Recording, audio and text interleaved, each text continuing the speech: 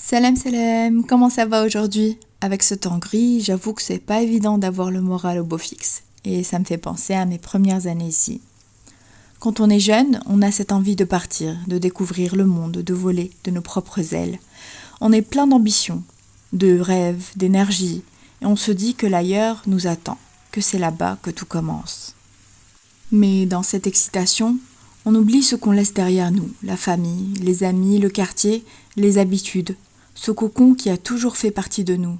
On pense qu'on s'y fera, qu'on s'adaptera facilement, mais la réalité est souvent différente. Une fois ailleurs, tout change, les rues ne nous parlent pas, les visages sont inconnus, les repères qu'on avait depuis toujours n'existent plus. Il faut tout reconstruire, apprendre à apprivoiser un nouvel environnement, se créer de nouvelles habitudes, et parfois, c'est difficile. Il y a des jours où on se sent bien, où on se dit « ça y est, je commence à m'adapter », et puis d'autres où tout nous manque.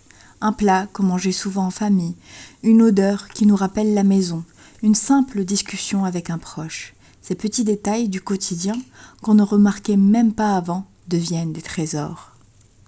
Et puis, avec le temps, doucement, on avance, on rencontre des gens, on tisse de nouveaux liens, on commence à avoir des petites habitudes, nos endroits préférés. On se surprend à dire « chez moi » en parlant de cette nouvelle ville. Un matin, sans même y penser, on se rend compte qu'on a pris un rythme, que les rues nous sont devenues familières, qu'on reconnaît certains visages. On commence à avoir des souvenirs ici aussi, des moments qui nous font sourire, des endroits qui nous apaisent, un nouveau foyer où on se sent bien. Mais malgré tout, notre premier chez-soi, celui qui nous a vu grandir, lui, restera gravé en nous. C'est là qu'on a eu nos premiers fous rires, nos premières bêtises, nos premiers rêves, c'est là qu'on a appris la vie.